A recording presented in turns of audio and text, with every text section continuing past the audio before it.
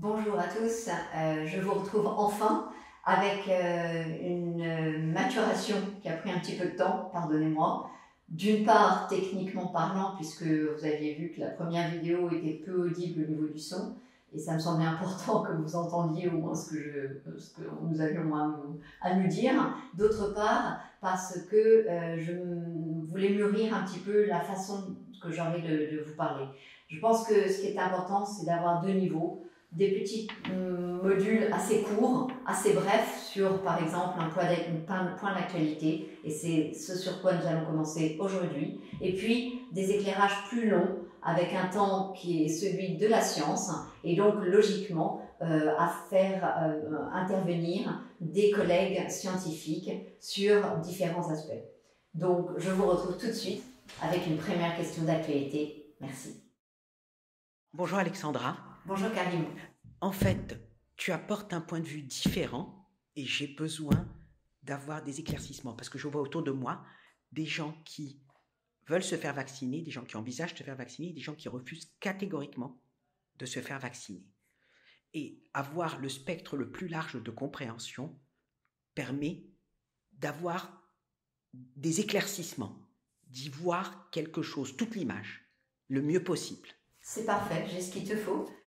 On va rencontrer Hélène Banoun, qui a un aspect plus un versant plus sur l'immunologie. Elle est pharmacienne biologiste, ancienne chargée de recherche à l'INSERM, et je pense qu'elle peut, avec moi qui suis généticienne, ancienne directrice de recherche à l'INSERM, on peut t'apporter la réponse à ta question, qui finalement, si je t'entends bien, éclairer la décision.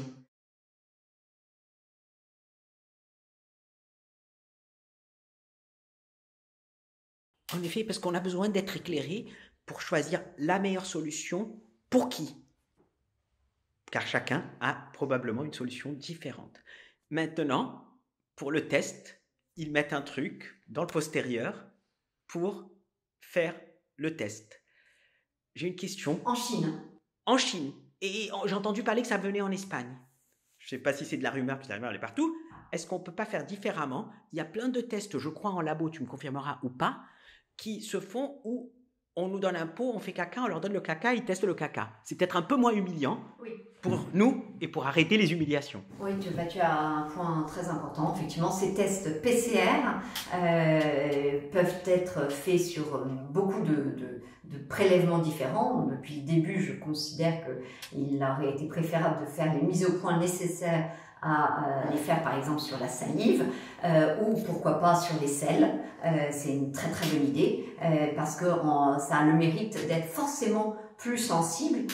Pourquoi? Parce que on a vu les expériences avec les eaux usées, on a des traces de l'ARN du SARS-CoV-2 qui est détectable immédiatement dans les eaux usées, alors qu'on est encore dans une phase où l'infection n'a pas décollé. Mais l'idée d'être encore intrusif, que ce soit au fond du nez ou que ce soit au fond d'ailleurs, même si c'est en surface, ça devient, là on voit bien qu'on est en train de franchir des lignes rouges à chaque fois. La Haute Autorité de Santé s'est prononcée favorablement sur un test remarquable, colorimétrique, très sensible et très spécifique, qui est un test sur la salive. Donc il n'y a plus de raison de recourir au test PCR à partir du moment où ce test existe, grâce à l'introduction de ce test salivaire EasyCov. Merci beaucoup. Merci beaucoup. Au revoir Karine. Au revoir Alexandra.